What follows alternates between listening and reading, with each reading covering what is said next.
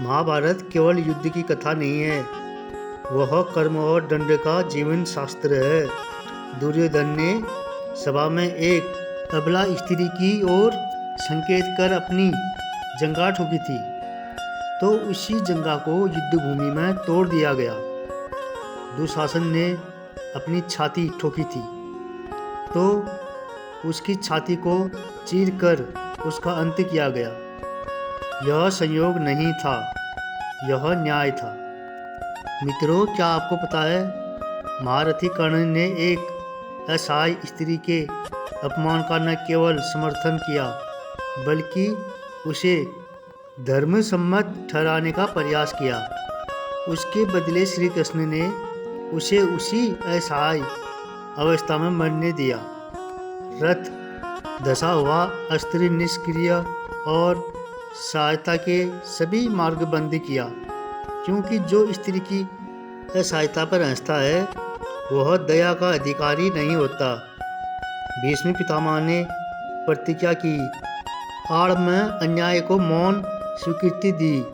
उन्होंने एक स्त्री का अपमान होते देखा और रोका नहीं। इसका दंड यह हुआ कि वे स्वयं असंख्य बाणों की शैया पर पड़े रहे। अपने कुल की 4 पीढ़ियों को मरते हुए देखा और इच्छा मृत्यु का वरदान होते हुए भी तब तक देह नहीं त्याग सके जब तक संपूर्ण विनाश अपनी आंखों से देख नहीं लिया। भारत का कोई भी वृद्ध अपने सामने अपनी संतान को मरते नहीं देखना चाहता, पर भीष्म को यह पीड़ा बार बार सहनी पड़ी। यही उनका दंड था। धृतराष्ट्र का दोष पुत्र मोह था। उस मोह का दंड यह मिला कि 100 पुत्रों के शवों को स्पर्श करना पड़ा। 100 हाथियों के बल वाला वह राजा उस क्षण केवल एक असहाय पिता था। रोने के अतिरिक्त कुछ न कर सका। दंड केवल कौरवों को नहीं मिला, पांडव भी दंड से मुक्त नहीं रहे। द्रौपदी ने स्वयंवर में अर्जुन को चुना था, अतः उनकी रक्षा का दायित्व सबसे अधिक अर्जुन का था। अगर आपको कथा अच्छा लगा तो कमेंट में जय जय नारायण जरूर लिखें।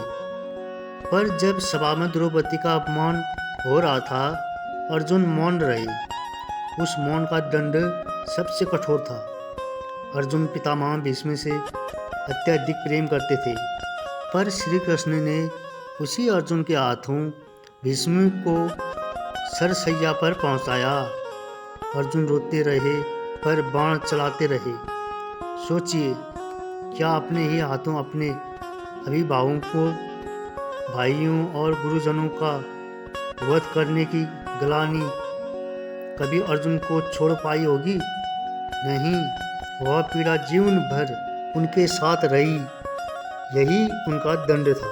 मित्रों, युधिष्ठिर ने एक स्त्री को दांव पर लगाया। धर्म और सत्य के लिए प्रसिद्ध वही युधिष्ठिर युद्ध भूमि में एक असत्य बोलने को विवश हुए, और उसी असत्य के कारण उनके गुरु द्रोणाचार्य का वध हुआ। धर्मराज के लिए इससे बड़ा दंड और क्या हो सकता था कि उनका एक झूठ उनके समस्त शक्तियों पर भारी पड़ गया। बलराम ने स्वयं दुर्योधन को गदा युद्ध सिखाया था। एक अधर्मी को विद्या देने का दंड उन्हें भी मिला। उनकी आंखों के सामने उनके प्रिय शिष्य का वध हुआ और वे चाहकर भी कुछ न कर सके। मित्रों, उस युग में 2 योद्धा ऐसे थे जो अकेले संपूर्ण युद्ध का परिणाम बदल सकते थे, श्री कृष्ण और बर्बरीक। पर श्री कृष्ण ने स्वयं शास्त्र उठाने से इनकार किया और बर्बरीक को युद्ध में उतरने ही नहीं दिया। लोग पूछते हैं, बर्बरीक का वध क्यों हुआ? क्योंकि यदि बर्बरीक युद्ध करता तो द्रौपदी के अपराधियों को उनका यथोचित दंड नहीं मिल पाता। श्री कृष्ण युद्ध में विजय पराजय तय करने नहीं आए थे। ये कृष्ण के अपराधियों को दंड दिलाने आए थे। आज कुछ लोग कर्ण का अत्यधिक महिमा मंडल करते हैं कर्ण कितना भी महान योद्धा रहा हो, कितना भी बड़ा दानी रहा हो, पर एक स्त्री के वस्त्र हनन में संयोग का पाप इतना बड़ा है कि उसके सामने सारे पुण्य तुच्छ हो जाते हैं। द्रौपदी के अपमान में उसका समर्थन यह सिद्ध करता है कि उसका वध ही धर्म था। स्त्री कोई वस्तु नहीं है जिसे दांव पर लगाया जाए। कृष्ण के युग में 2 स्त्रियों को बाल पकड़कर घसीटा गया, देवकी को कंस ने और द्रौपदी को दुशासन ने। श्री कृष्ण ने दोनों अपराधियों का समूल नाश किया, क्योंकि स्त्री के अपमान का दंड केवल अपराधी के संपूर्ण विनाश से ही पूर्ण होता है, भले ही वह अपराधी विश्व का सबसे शक्तिशाली व्यक्ति क्यों न हो। मित्रों, यह ज्ञानवर्धक कथा यहीं पे समाप्त होने जा रहा है। जय जय नारायण।